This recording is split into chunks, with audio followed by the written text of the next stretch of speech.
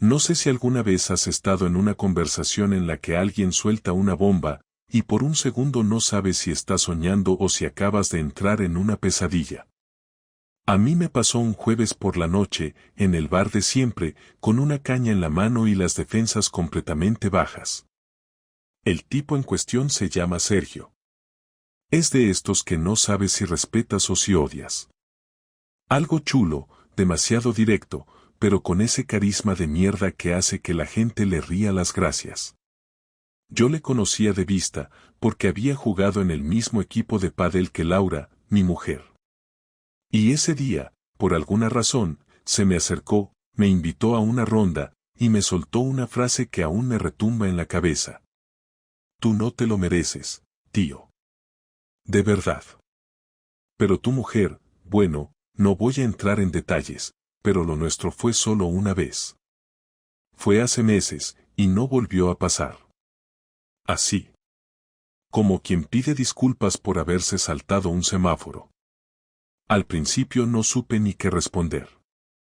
Me quedé congelado, como si se me hubiera olvidado cómo se habla.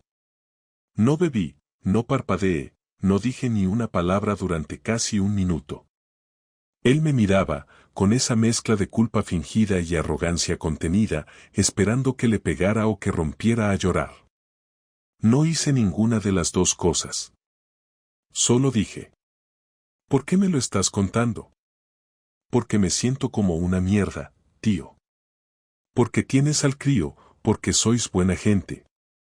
¿Por qué me está carcomiendo, vale? Yo no soy así. Mentira. Claro que era así. El cabrón lo decía para limpiarse la conciencia, no por mí. Pero lo que más me jodió es que algo en su cara, en sus gestos, me hizo pensar que decía la verdad. Y eso fue lo que me mató. Porque hasta ese momento, jamás se me había pasado por la cabeza que Laura pudiera hacer algo así. Jamás. Ella era, en mi cabeza, la última persona del mundo en cruzar esa línea. Podíamos discutir por tonterías, como todo el mundo. Podía notarla distante a veces, sí. Pero infiel, eso no. Volví a casa en silencio. Ni siquiera llamé a un colega para desahogarme. Me senté en el coche, en el garaje, y estuve ahí como 40 minutos mirando al vacío, sin saber si subir y preguntarle a la cara o hacerme el loco hasta estar seguro. Al final subí, y lo peor es que me recibió con una sonrisa. ¿Qué tal con los del curro? Me dijo, como si nada. Bien, lo de siempre, le respondí, con una voz que no parecía mía. Le di un beso en la frente, como todos los días, y me metí al baño.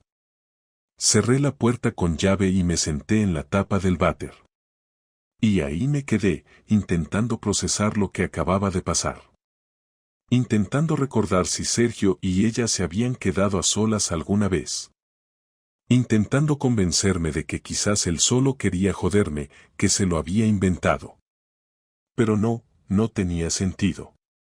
Nadie dice algo así tan directo sin estar seguro de lo que está haciendo. Y ahí empezó todo. El inicio del derrumbe, de la duda, del miedo. Porque una cosa es sospechar, y otra muy distinta es tener un nombre, una cara, una confesión. Y por más que no tuviera pruebas, por más que ella siguiera actuando como siempre, esa frase no me dejaba dormir. Lo nuestro fue solo una vez. Solo una vez, y ya me había destrozado. Volví a casa aquella noche intentando no pensar demasiado en las palabras de Sergio, pero era imposible mantener la cabeza quieta cuando un tío que prácticamente ni conoces te suelta que se acostó con tu mujer y encima lo hace con la seguridad de quien habla de algo que ocurrió hace horas. Esa mezcla de rabia, incredulidad y una especie de miedo íntimo que no sabía ni identificar se me quedó pegada. Aún así, intenté actuar con la mayor normalidad posible. No quería precipitarme porque si algo así era mentira, arruinar un matrimonio por una frase en un bar sería ridículo incluso para mí, pero si era verdad, necesitaba entenderlo por completo antes de decir una sola palabra. Esa noche casi no dormí. Laura respiraba tranquila a mi lado como si no hubiera nada extraño en el mundo, y yo, tumbado boca arriba, sentía como cada minuto que pasaba me empujaba a pensar más y más en las posibilidades. En los días en los que me soltó alguna excusa que no me encajaba del todo, en esas semanas en las que decía estar agotada y no quería ni tocarme, en los entrenamientos de pádel a los que iba tan arreglada cuando siempre había sido de ir con lo primero que pillara. No quería ser de esos maridos que se montan películas, pero lo que Sergio me soltó no era una simple sospecha sin fundamento sino una declaración que sonaba firme, y lo peor era que no había ni un temblor de duda en su voz. A la mañana siguiente me levanté sin saludarla demasiado, algo que ella notó, porque me miró de reojo mientras preparaba café como si intentara descifrar qué me pasaba. Le dije que dormí fatal y que me dolía la cabeza. No era mentira, pero tampoco era toda la verdad. Me dijo que si necesitaba descansar un poco más podía hacerlo porque su mañana estaba tranquila y podía llevar ella a Marcos al colegio, algo que prácticamente nunca hacía porque siempre se iba ella antes. Esa disponibilidad repentina me descolocó, porque parecía muy atenta y muy amable justo cuando yo necesitaba distancia, aunque quizá era solo una coincidencia. A media mañana, sin saber muy bien por qué, decidí acercarme a la pista donde entrenaba ella los jueves. No pensé en pillarla en nada raro porque no esperaba que ocurriera algo tan descarado, pero sí quería ver quién estaba allí, cómo se comportaban, si Sergio seguía apareciendo por allí o si había algún gesto raro. No quería ir como un detective, pero la situación ya me tenía demasiado inquieto y prefería saber algo antes que seguir imaginando mil cosas. El entrenamiento empezaba a las 12. Yo tenía una reunión que pude aplazar, así que salí en coche y llegué antes de que empezara la clase. Me quedé en el coche, sin llamar la atención, observando la entrada de la pista. Lo primero que vi fue a Laura llegando con su bolsa y su botella. Se bajó del coche con esa naturalidad que siempre tenía cuando hacía deporte, sin parecer preocupada por nada. Luego apareció otra chica que yo también conocía de vista, Clara, que saludó a Laura con un abrazo rápido. Todo parecía normal. Yo me repetía que quizás Sergio había mentido o exagerado porque le convenía hacerlo. Estuve a punto de arrancar y marcharme, pero en ese mismo momento vi aparecer a Sergio caminando desde el aparcamiento. Venía solo, con una sonrisa que no sabría describir, no chulesca exactamente, pero sí con un aire de tenerlo todo controlado. Cuando llegó a la altura de Laura, le dijo algo que no pude oír desde el coche, y aunque ella no le abrazó ni nada parecido, sí noté en su cara un gesto que me dejó helado. No era un gesto de incomodidad ni de enfado ni de distancia. Era uno de esos gestos que ponen dos personas que tienen una confianza que yo no sabía que ellos tenían. No hubo contacto físico, no hubo nada evidente que cualquiera pudiera interpretar como infidelidad, pero yo conocía a mi mujer, conocía su forma de mirar, sabía cómo reaccionaba ante la gente. Y esa complicidad, aunque fuera mínima y apenas perceptible, me golpeó más que cualquier prueba. Cuando comenzaron a calentar, me quedé viéndolos un rato. Sergio se colocó cerca de ella, demasiado cerca para ser casual. No era un comportamiento sexual ni inapropiado, pero sí era una cercanía que no encajaba con la relación típica entre compañeros de un deporte aficionado. Cuando Laura fallaba una bola, él se reía y le decía algo, y ella también se reía, no con estridencia, sino con esa risa cómoda que tienes con alguien con quien has compartido algo importante o íntimo. Yo sabía perfectamente cómo era esa risa porque era la misma que ponía a veces conmigo cuando estábamos bien, cuando aún no había dudas ni hostias emocionales. No quise quedarme más porque sentí que si seguía observando iba a empezar a pensar cosas que quizá no eran reales, o peor aún, que sí lo eran. Conduje hasta mi trabajo con una sensación de estar viendo mi propia vida desde fuera, como si alguien hubiera tomado las decisiones por mí. Me senté en mi despacho y no hice prácticamente nada en toda la mañana porque mi cabeza estaba ocupada con esa simple imagen de los dos riéndose como si llevaran semanas compartiendo algo que yo desconocía. Al volver a casa por la tarde, intenté comportarme de manera natural para que ella no notara nada. Laura estaba cocinando pasta y Marcos estaba en el salón con la consola. La escena era tan normal que por momentos me sentí un paranoico absoluto. Pensé que quizás Sergio me había dicho eso porque quería joder mi matrimonio, o porque había tenido algún lío con otra mujer y pensó que yo sería más comprensivo si creía que mi mujer también lo había hecho. Me asaltaron 1000 explicaciones posibles, pero ninguna encajaba del todo. Durante la cena, Laura estaba especialmente habladora. Me contaba que había ido bien el entrenamiento, que le había costado un poco la derecha cruzada, que Clara estaba preocupada porque su marido trabajaba demasiado. Yo la observaba como si fuera la primera vez que la escuchaba. Cada gesto, cada pausa, cada frase parecía normal. Pero se me clavó algo cuando mencionó, casi de pasada, que Sergio había estado de buen humor y que por fin había aprendido a no pasarse con la fuerza al sacar. Ese detalle, que no significaba nada, me hizo un nudo en el estómago porque demostraba que él estaba presente en su día más de lo que yo pensaba, que ella hablaba de él sin esconderlo porque para ella no había nada extraño en mencionarlo. Eso me confundía aún más, porque si fuera cierto lo que él dijo, ¿por qué ella estaría tan tranquila mencionándolo? Esa misma noche decidí que necesitaba más información antes de confrontarla. No buscaba pruebas para destrozarla sino para saber cómo manejar eso que estaba desgarrándome por dentro. No quería soltar una acusación sin estar completamente seguro, porque un error sería imposible de borrar. Así que me propuse observar sus rutinas con más atención. No revisar su móvil, no perseguirla en plan película barata, sino fijarme en lo que ya estaba delante de mí y no había querido ver. El viernes por la tarde le dije que me habían pedido quedarme en la oficina más rato para cerrar un informe. Era mentira, pero necesitaba ver cómo reaccionaba si no estaba yo controlando las horas. Ella dijo que no había problema, que aprovecharía para adelantar la compra semanal porque el sábado tenía entrenamiento temprano.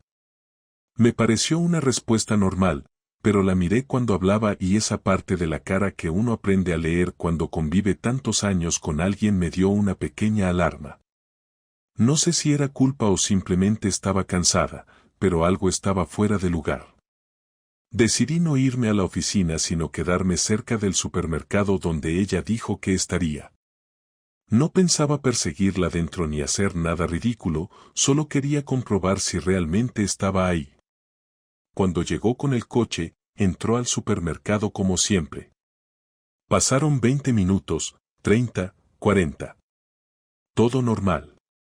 Yo empezaba a sentirme idiota, porque no había nada extraño. Incluso pensé en volver a casa y olvidarme del plan. Pero a los 50 minutos la vi salir sin ninguna bolsa. Caminó rápido hacia el coche y se metió dentro, pero no arrancó. Se quedó ahí unos segundos. Luego la vi sacarse una coleta y volverse a peinar, como si estuviera preparándose para ver a alguien. Entonces cogió el móvil y escribió algo. Después arrancó el coche, pero no fue hacia casa ni hacia ningún sitio habitual. Tomó la salida hacia una zona residencial cerca de Arroyo de la Encomienda. Yo seguí su coche con suficiente distancia para no meter la pata. No sé qué esperaba encontrar, sinceramente, pero seguí. Ella aparcó delante de un bloque de pisos modernos, de estos de construcción reciente que parecen todos iguales. Bajó del coche y miró alrededor como asegurándose de que nadie la veía. Y ahí supe, sin lugar a dudas, que algo estaba ocurriendo. No por un gesto dramático ni por una señal evidente, sino por esa forma de mirar que solo tienen las personas que están cruzando una línea que no quieren que nadie más conozca. Ella entró al portal. Y yo me quedé dentro del coche, con el corazón golpeando fuerte, sabiendo que en ese preciso instante todo empezaba a encajar. Sergio no me había contado una historia para joderme. Solo me había dado el empujón que necesitaba para ver lo que ya estaba ahí. Aún no sabía con quién había entrado, ni qué iba a encontrar, pero lo que estaba claro es que aquello no era una compra improvisada ni una vuelta casual. Era algo más. Mucho más. Y esa noche, por primera vez en 12 años de matrimonio, no quise volver a casa. Esa noche dormí en el coche. Ni siquiera hice el intento de volver a casa. Me pasé más de 4 horas frente a ese bloque de pisos, esperando a que saliera. No sabía qué esperaba que ocurriera exactamente, si quería verla con alguien más, si necesitaba una imagen clara para confirmar lo que ya intuía o si simplemente estaba paralizado. El tiempo pasaba lento y en silencio. Tenía el motor apagado, la radio desconectada y el móvil en modo avión, porque no quería ningún ruido que me distrajera. La cabeza me iba a 1000 por hora, repasando cada detalle, cada escena, cada momento de los últimos meses que ahora tomaba otro sentido. A las 11:20, por fin la vi salir. Estaba sola. Caminaba rápido hacia el coche, con el abrigo medio abierto y el pelo un poco revuelto, como si tuviera prisa por desaparecer de allí. No llevaba bolsas, ni parecía haber estado en ninguna tienda. Solo tenía ese gesto de alguien que acaba de hacer algo que no quiere explicar. La seguí a distancia mientras volvía a casa. No me vio. Estaba demasiado concentrada en mirar el móvil mientras conducía, como si ya estuviera hablando con alguien más. Entró al garaje de casa y no tardó en apagarse la luz. Yo seguía sin saber qué decir, qué hacer, si entrar y enfrentarla o seguir callado, esperando a ver hasta dónde podía llegar. Al final me quedé en el coche hasta casi las 3 de la madrugada, hasta que el sueño me venció, y luego me fui directo a la oficina sin pasar por casa. No quería verla esa mañana. No quería compartir mesa de desayuno, ni oír su voz preguntándome si quería café, ni soportar su rutina de siempre, como si no pasara nada. Era todo demasiado falso, demasiado retorcido. A media mañana me llamó al móvil. No contesté. Luego me mandó un mensaje preguntando si estaba bien. Le respondí que había tenido un problema con el coche y que me había ido directo al trabajo desde donde estaba. Me creyó sin más. Ni siquiera me pidió una foto del coche ni me llamó para insistir. Era como si esa distancia le viniera bien, como si no tuviera ganas de hablar conmigo tampoco. Y eso me confirmó lo que ya estaba empezando a aceptar, algo se había roto hacía mucho y yo no me había dado cuenta. Por la tarde volví a casa fingiendo que todo estaba en orden. Le conté la misma historia del coche, con algunos detalles añadidos para que sonara creíble. Ella asintió y me ofreció que lleváramos el coche al taller el sábado, pero le dije que un compañero me iba a echar una mano. No hizo más preguntas. Hablamos de lo de siempre, de Marcos, del colegio, de una carta del banco, de la cena. Y mientras tanto, yo la miraba con una mezcla de asco, tristeza y curiosidad, intentando entender cómo podía actuar con tanta calma sabiendo lo que estaba haciendo. O quizás no era calma, sino costumbre. Quizás se había acostumbrado tanto a mentirme que ya no le costaba hacerlo. El sábado decidí que ya no podía quedarme en el mismo punto. Necesitaba respuestas. No me bastaba con las suposiciones. No quería armar una escena sin estar completamente seguro de todo, pero tampoco quería seguir tragando mientras ella se iba con otro. Así que aproveché que salió con unas amigas por la tarde para revisar bien sus cosas. No el móvil. No quería tocarlo porque si lo hacía y ella lo notaba, se me acabaría el margen de maniobra. Revisé el cajón de su escritorio, donde guardaba papeles, libretas y cosas suyas del trabajo. Entre unos sobres viejos encontré una pequeña libreta negra, como de notas personales. Al principio eran cosas normales, listas de tareas, recordatorios, apuntes del trabajo, pero hacia el final encontré algo distinto. Unas páginas con iniciales y fechas. Como citas. No estaban firmadas ni había nombres, pero eran demasiado específicas como para ser cualquier otra cosa. Una decía lunes 13, Hotel 1630, no olvides reservar antes. Otra decía viernes 24, cancelado, él tenía a la niña. Ese tipo de mensajes. Pasé más de una hora comparando esas fechas con los días en los que ella había dicho que tenía reuniones, comidas o quedadas con amigas. Encajaban perfectamente. Demasiado. Esas páginas eran, sin lugar a duda, un registro de sus encuentros. ¿Con alguien? No ponía nombres, pero sabía que Sergio tenía una hija. Y eso del él tenía a la niña no podía ser una coincidencia. Me temblaban las manos mientras pasaba las páginas. No porque no pudiera creerlo, sino porque ya no había escapatoria para ninguna de sus mentiras. No me hacía falta más. Tenía suficiente para saber que todo era verdad. Que me estaba engañando. Que lo había estado haciendo durante meses. Que no había sido una vez, como dijo Sergio. Que había una agenda de encuentros, una organización, una rutina. Y eso me dolió aún más que el hecho en sí. No la enfrenté esa noche. No quería hacerlo aún. Necesitaba pensar bien qué hacer. Esa noche me encerré en el despacho y no salí en toda la tarde. Le dije que tenía mucho trabajo acumulado y que necesitaba adelantar cosas. Ella sintió desde el pasillo y me dejó solo. En parte, me sentí aliviado. En otra, me dio asco que le diera igual. No vino a preguntar, no trajo una cerveza ni un café, no insistió. Solo desapareció. El domingo, sin que ella lo supiera, me acerqué al hotel que salía en una de las notas. El de la página del lunes 13. Fui al mediodía, sin cita ni nada, y me presenté en recepción con cara de despistado. Perdone, ¿puede mirar si mi mujer estuvo alojada aquí el lunes, 13 de noviembre?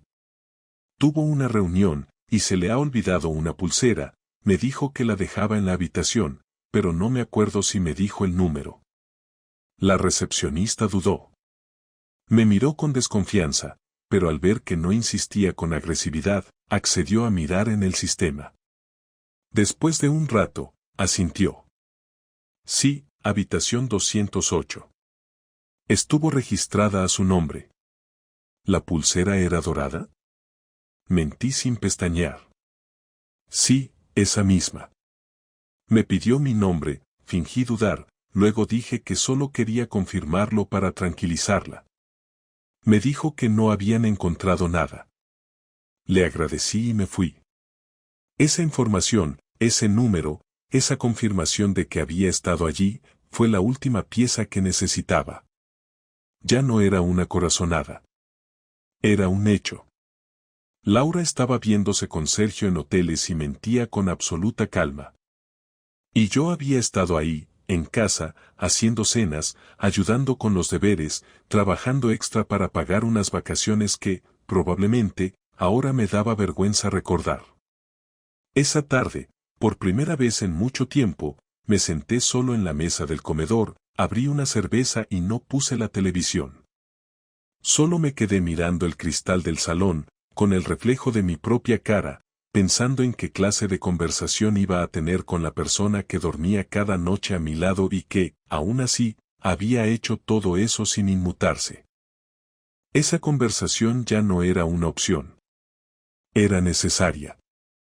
Iba a hacerlo, no por venganza, no para gritarle, sino porque yo no podía seguir ni un minuto más en una casa donde la mentira se había vuelto la norma. Y esa misma noche decidí que el lunes, cuando Marco saliera al colegio, íbamos a hablar. Cara a cara. Sin rodeos. Sin margen de escape. El lunes me desperté antes de que sonara la alarma. Me quedé en la cama unos minutos mirando el techo, escuchando cómo ella se levantaba en silencio, como siempre hacía cuando no quería despertarme. Me pareció irónico que cuidara esos detalles cuando llevaba meses acostándose con otro sin ningún cuidado por nada. Se duchó, preparó el desayuno, le hizo la mochila a Marcos y lo ayudó a ponerse la chaqueta. Yo salí del dormitorio justo cuando ellos estaban por salir. Marcos me saludó con su sonrisa de siempre, esa que me partía por dentro porque no sabía cómo protegerlo de lo que estaba a punto de estallar. Lo abracé más fuerte de lo normal, me dijo que se le iba a hacer tarde y ella le abrió la puerta sin decirme mucho. Antes de salir, Laura me lanzó una mirada rápida, como preguntándome por qué no decía nada. No respondí. Cerró la puerta y me quedé solo en casa, con un silencio que ya no me resultaba cómodo sino irritante. Esperé exactamente 15 minutos, lo que tardaba en dejar al crío y volver. Cuando escuché las llaves en la puerta, me senté en el salón, en el mismo sillón donde tantas veces vi partidos, películas y hasta discutimos sobre qué cenar. Ella entró y me vio sentado ahí, con el móvil en la mano pero sin mirarlo. Se detuvo un segundo, dejó el bolso en la silla y se cruzó de brazos como si intuyera que algo pasaba. ¿Ha pasado algo?, me preguntó, sin moverse del sitio. Siéntate, le dije, señalando el sofá frente a mí. Tenemos que hablar. Dudó unos segundos antes de hacerlo. Se sentó con el cuerpo tenso, como esperando un reproche por alguna tontería. Yo ya había pensado bien lo que iba a decir. No iba a gritar, no iba a insultar, no iba a perder los papeles. Solo iba a decir lo que sabía y esperar que tuviera la decencia de no seguir mintiéndome. Sé que me estás engañando, le solté, sin rodeos ni pausas. No respondió de inmediato. Me miró fijamente, como si esperara ver si lo decía en serio o si era una trampa. Luego frunció el ceño. ¿Qué dices? Digo que sé que llevas tiempo acostándote con otro. Y no es una sospecha ni una intuición. Lo sé. No me digas que estoy loco, no empieces con eso. Porque no lo estoy. ¿De dónde sacas eso? No me interesa lo que tengas para justificarte ahora. Solo quiero que me respondas a una pregunta muy clara, ¿estás con Sergio? El nombre la sacudió. Por primera vez en años le vi miedo en los ojos. Se quedó sin palabras. Intentó hablar 2 veces, pero no le salieron las palabras. Responde, le exigí. ¿Estás con Sergio? Fue una vez, susurró. Solo una vez. Mentira, le dije sin moverme. Tengo pruebas de que no fue una vez. Sé de los hoteles. Sé de las fechas. Lo he visto todo. Así que no sigas por ahí. Bajó la cabeza. Se frotó las manos como si no supiera qué hacer con ellas. Intentó hablar pero se calló otra vez. Cuando por fin dijo algo, fue más decepcionante que cualquier insulto. No sé por qué lo hice, dijo. ¿No sabes? ¿De verdad? No fue planeado.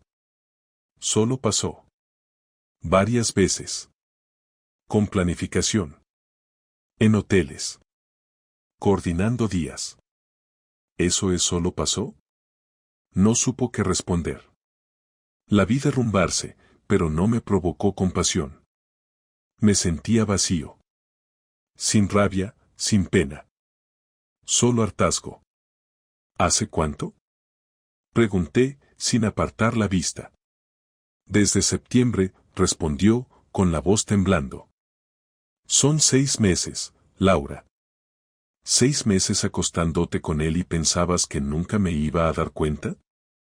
No quería hacerte daño, dijo, y me reí por primera vez en todo el día, una risa seca, fea.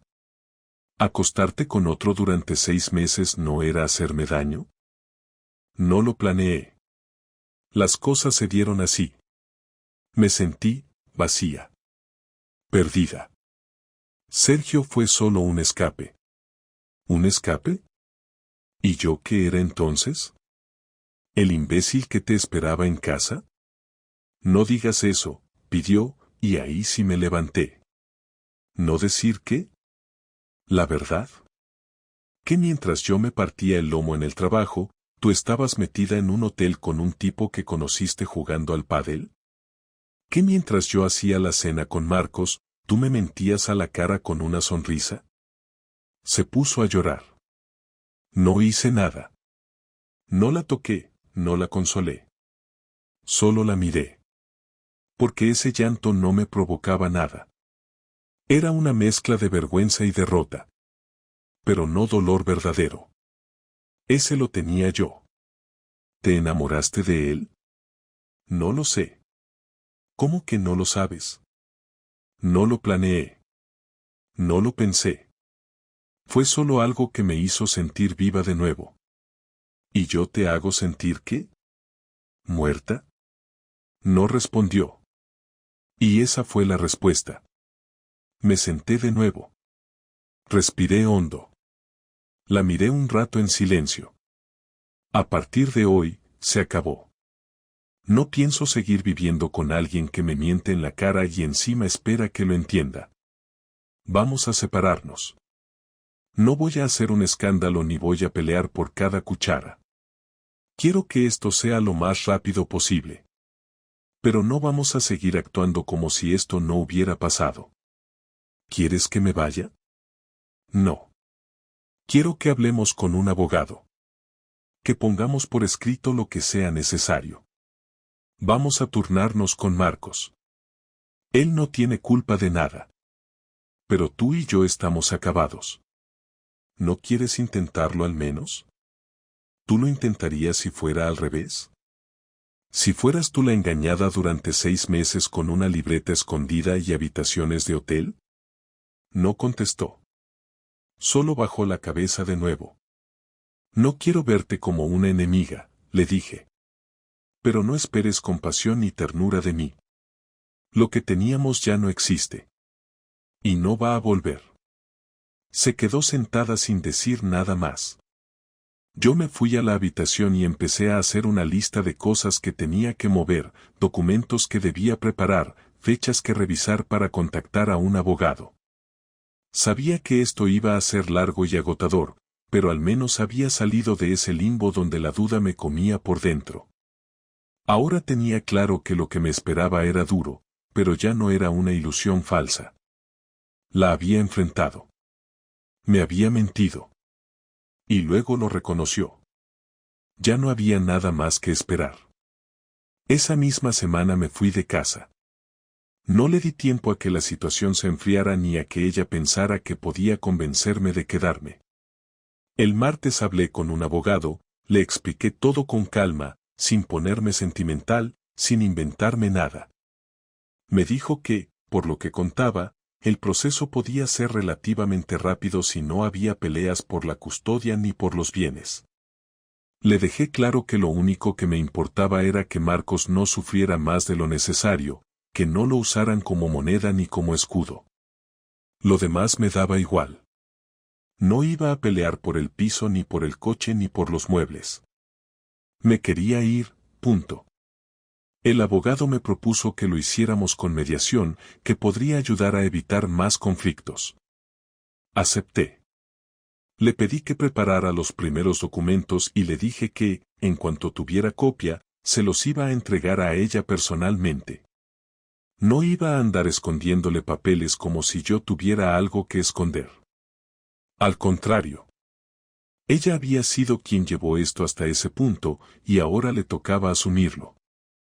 Esa noche me quedé en casa de un compañero del trabajo, Pedro, que me ofreció su sofá sin hacer preguntas. Le conté lo básico, sin muchos detalles, y me escuchó con respeto.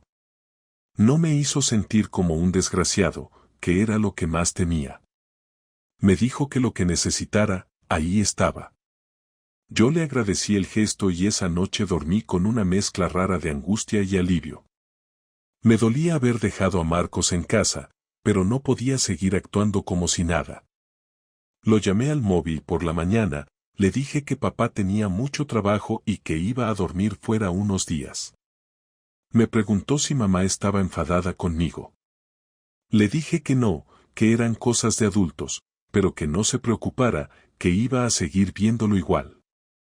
Me dijo que me echaba de menos. Se me rompió la voz al responderle. El miércoles por la tarde fui a casa. Laura estaba, como sabía que estaría.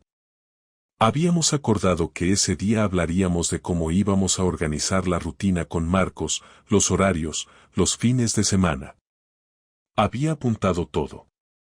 Cuando entré, ella ya tenía la cara de siempre, esa que ponía cuando no sabía si sonreír o llorar. No me ofreció café ni agua ni nada. Yo tampoco quería nada. Me senté, saqué la hoja con las ideas que tenía y se la pasé. Ella la miró un momento en silencio. He pensado en que no vamos a pelear por esto, le dije. Él no tiene la culpa de nada, así que vamos a ser inteligentes. Aquí tienes lo que propongo. Podemos modificarlo, pero la base está ahí.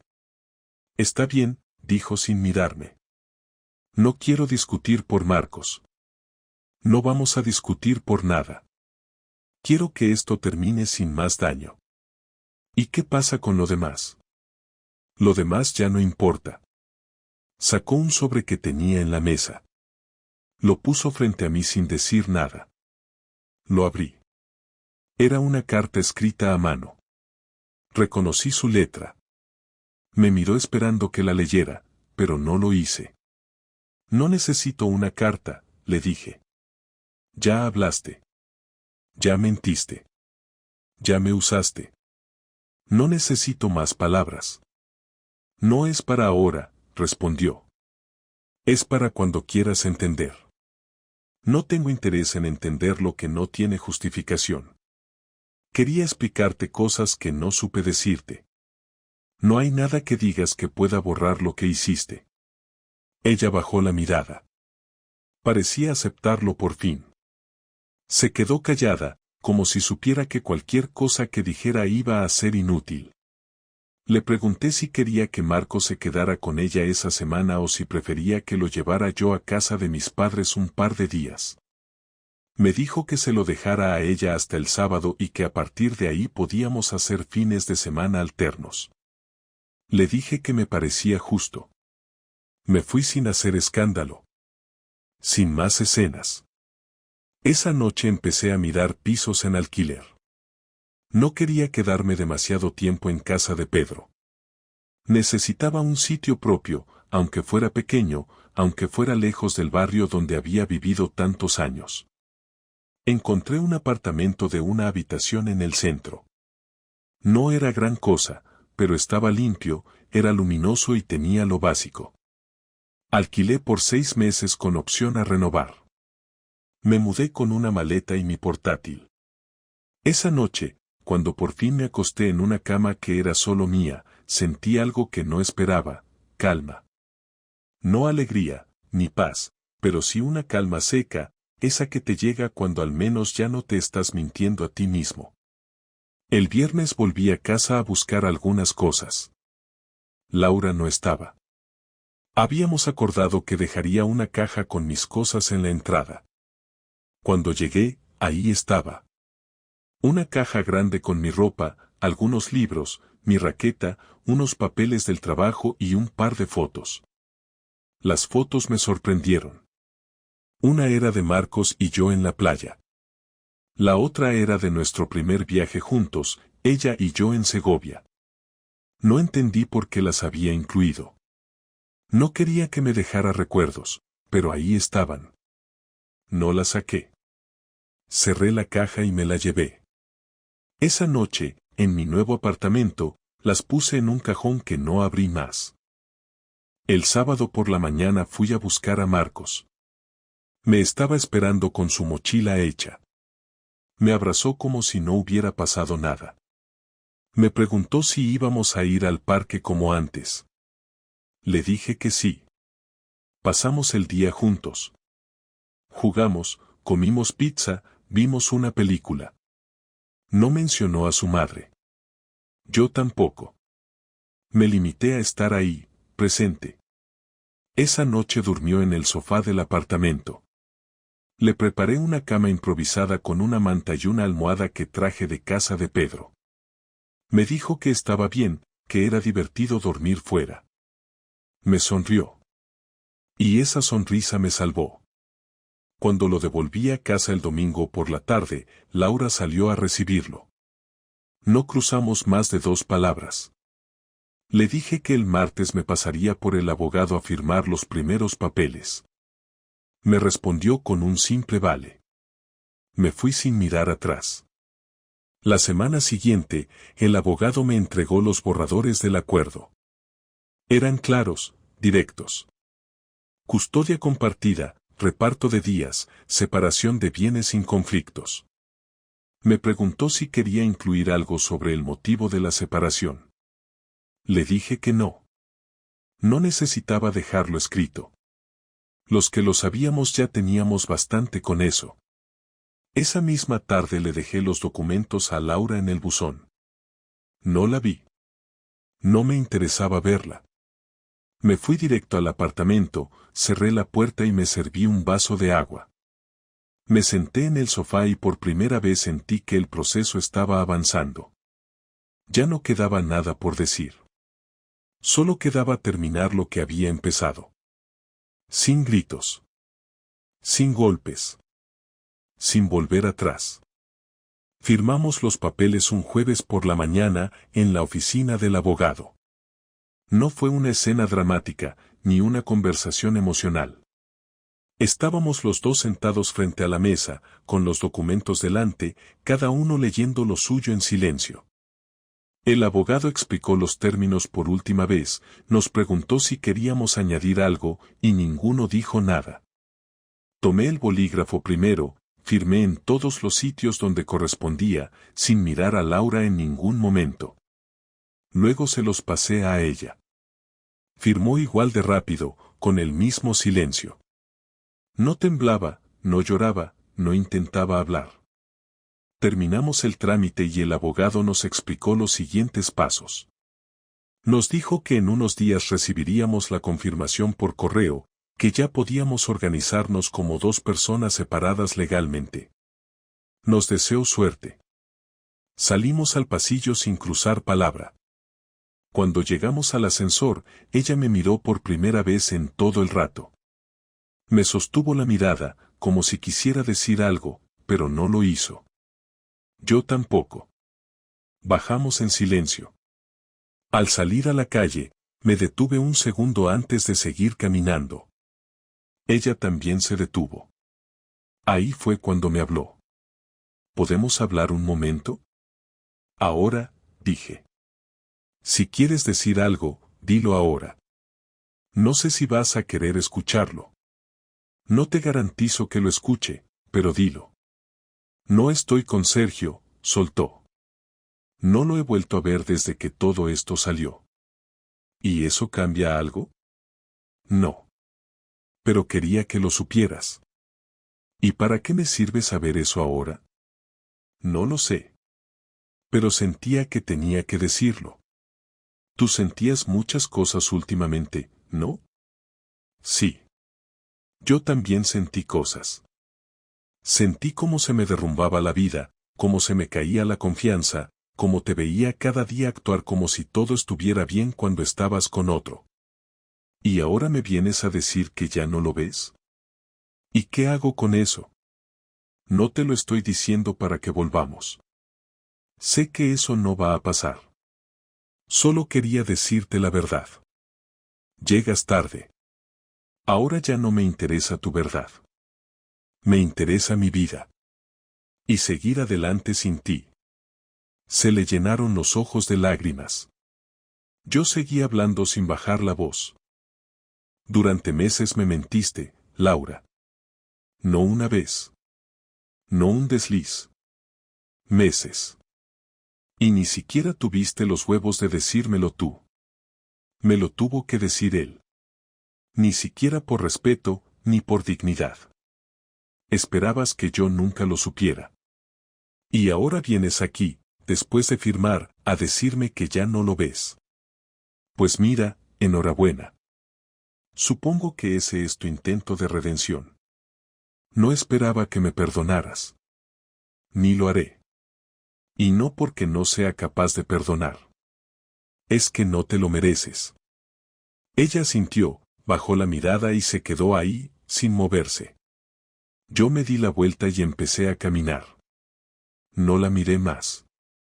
No me interesaba ver su cara. Ya no. Esa tarde volví al apartamento. Encargué una pizza, abrí una cerveza y me senté en el sofá. No puse la tele. No miré el móvil. Me quedé ahí, pensando en todo lo que había pasado en ese mes. Porque solo había pasado un mes desde aquella noche en el bar. Un mes. 30 días. 4 semanas desde que ese cabrón me dijo la verdad que llevaba meses oculta. Y en ese mes mi vida se rompió, se reconstruyó a medias y me dejó en este punto. Solo. Pero con la cabeza en alto. No volví a hablar con Laura en los días siguientes. Solo mensajes puntuales sobre Marcos. Coordinábamos horarios, fines de semana, reuniones del colegio. Todo con educación, sin frialdad pero sin cercanía. Era lo mejor. Marcos no hacía demasiadas preguntas. Aceptaba los cambios con esa capacidad que tienen los niños para adaptarse cuando los adultos no los llenan de dramas innecesarios. A veces me decía que echaba de menos dormir en su cama, que el sofá era incómodo. Yo le decía que pronto tendría su cuarto en mi nuevo piso, cuando me mudara a uno más grande. Me abrazaba sin decir nada más. Un sábado, mientras estábamos en el parque, se sentó a mi lado y me preguntó si mamá y yo estábamos enfadados. Le dije que no, que solo habíamos decidido vivir separados, que a veces los adultos se dan cuenta de que ya no son felices juntos. Me preguntó si eso significaba que ya no íbamos a ser familia. Le respondí que siempre íbamos a ser su familia. Que él era lo más importante para los dos y que eso no iba a cambiar nunca. Me miró un rato sin decir nada. Luego me preguntó si podía ir a dormir a casa de Nico. Le dije que claro, que lo llevaría más tarde. Y se fue a jugar. Esa noche me quedé solo en casa, otra vez. Pero no fue igual. Por primera vez en semanas no sentí rabia, ni dolor, ni angustia. Me sentí cansado, sí, pero en paz. Como si mi cabeza por fin se estuviera calmando. No pensaba en Laura, ni en Sergio, ni en las mentiras. Pensaba en lo que venía ahora. En buscar otro piso, en decorar la habitación de Marcos, en ver qué hacía con los fines de semana sin él. Pensaba en volver a jugar al pádel, pero en otro club. Pensaba en viajar, aunque fuera solo. Pensaba en mí. Solo en mí. Una semana después, encontré un piso con 2 habitaciones, no muy lejos de donde vivíamos antes. Era pequeño, pero tenía luz y un salón amplio. Firmé el contrato por 1 año. Me mudé en 2 días. Compré una cama para Marcos, una estantería, una lámpara con forma de nave espacial que siempre le gustó. Cuando lo traje por primera vez, se quedó mirando todo en silencio. Luego me abrazó y dijo que le gustaba. Le preparé su cena favorita. Jugamos a la consola. Durmió sin protestar. Laura no volvió a escribirme más allá de lo necesario. No me interesaba saber de su vida, ni si seguía viendo a Sergio ni si lo había dejado del todo. Me daba igual. Había llegado a ese punto. A esa indiferencia que no es odio, sino cansancio. Porque al final eso es lo que queda. Cansancio de tener que pensar en alguien que no pensó en ti cuando más debía. Un día, mientras recogía unos libros, encontré la carta que me dejó aquella vez. La leí por curiosidad. Decía que se sentía perdida, que la rutina la había apagado, que Sergio le hizo sentirse viva otra vez, que no era culpa mía pero tampoco era solo suya. Decía que no esperaba que la entendiera, solo que algún día pudiera perdonarla. Cerré la carta. No me produjo nada. Ni bronca, ni tristeza. Solo era un texto más. Lo rompí y lo tiré al cubo de papel sin pensarlo. Y así terminó todo. Sin reconciliación. Sin escenas. Solo con hechos, decisiones y consecuencias. Cómo deben terminar las cosas que nunca debieron romperse pero lo hicieron. Lo que viene ahora no lo tengo claro, pero al menos tengo algo que antes había perdido: control. Sobre mi tiempo, sobre mi vida, sobre lo que permito y lo que no, y eso, para mí, ya es mucho.